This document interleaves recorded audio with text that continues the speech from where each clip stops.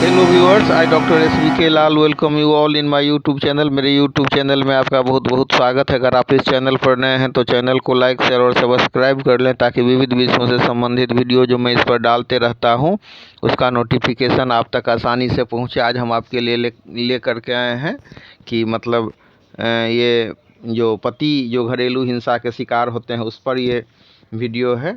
तो आप इसमें देखेंगे कि एक तरफ सरकार कानून बनाती है कि घरेलू हिंसा बिल, जिसके द्वारा महिला को घरेलू हिंसा के शिकार होने से उपचार मिलता है।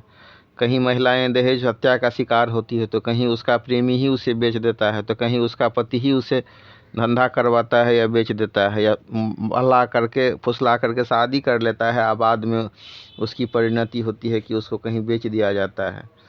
दूसरी तरफ हम देख सकते हैं कि महिला सशक्तिकरण के नाम पर सरकार द्वारा महिलाओं को अयोग्य होने पर भी उसे मास्टरनी बनाया जाता है, और स्थिति तो तब हास्यास्पद हो जाती है जब वह एक प्रति पाया की जगह आवेदन पर लिखती है एक पति पाया।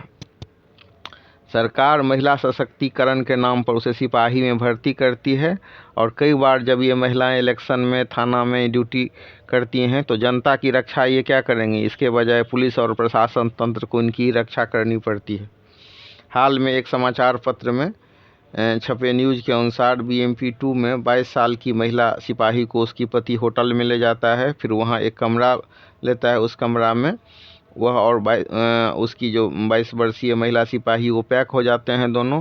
फिर वो उसका पति जम करके उसका कुटाई करता है और फिर उसके माथा में देसी कट्टा से गोली मार देता है। 2 गोली मारता है और महिला का मौके वारदात पर निधन हो जाता है।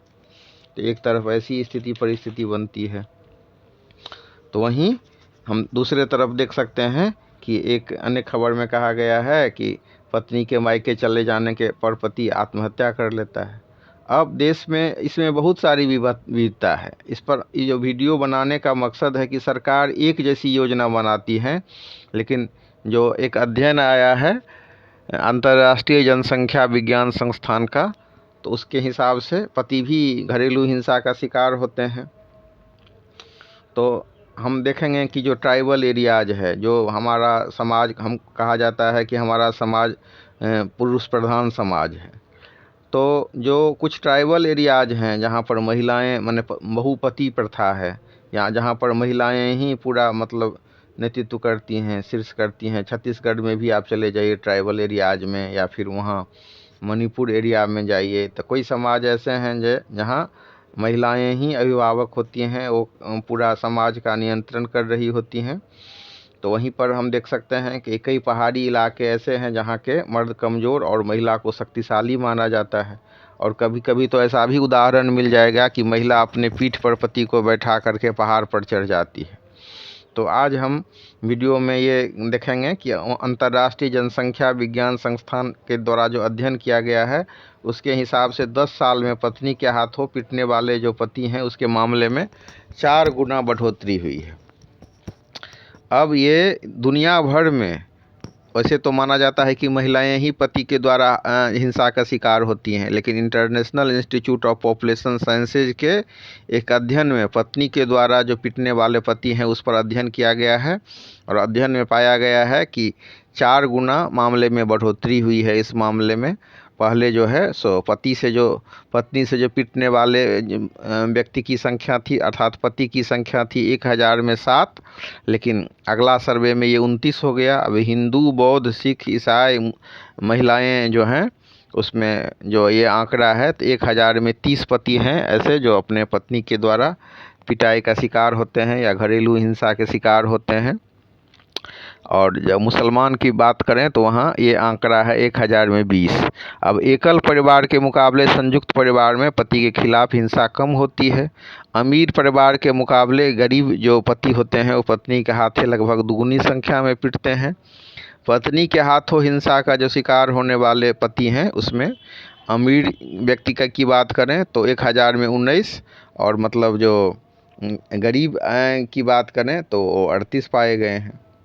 तो इस तरह से बात है। अब कौन सी ऐसी परिस्थिति होती है जब कोई पति किसी पति की ठुकाई होती है उसके पत्नी के द्वारा, तो इसमें जो आंकड़ा है उसमें है कि कोई जो मर्द अगर किसी मतलब अन्य महिला से बात करे और उसके पत्नी को ये नहीं जचे, या पत्नी के किसी अन्य मर्द या पत्नी ही किसी अन्य मर्द के साथ बात कर रहा हो, इससे पति चिढ़े या फिर बेवजह गुस्सा करे, या मतलब पत्नी को बेवफाई करने का ताना दे, या फिर पत्नी अपने सहेलियों और परिचित से मिलने को कहे और पति नहीं मिले, फिर पत्नी मायके जाना चाहे और वो मायके जाने की अनुमति नहीं दे रहा हो, तो ये इस हिसाब, या पत्नी क्या कर रही है नहीं कर रही है, कामकाजी महिला है और पूरा उसका हिसाब ब्यौरा लेके कहाँ गई, क्या कर रही थी नहीं कर रही थी, पैसा कहाँ खर्च की, इस सब पर आरोप लगाए, फिजूल खर्ची का आरोप लगाए।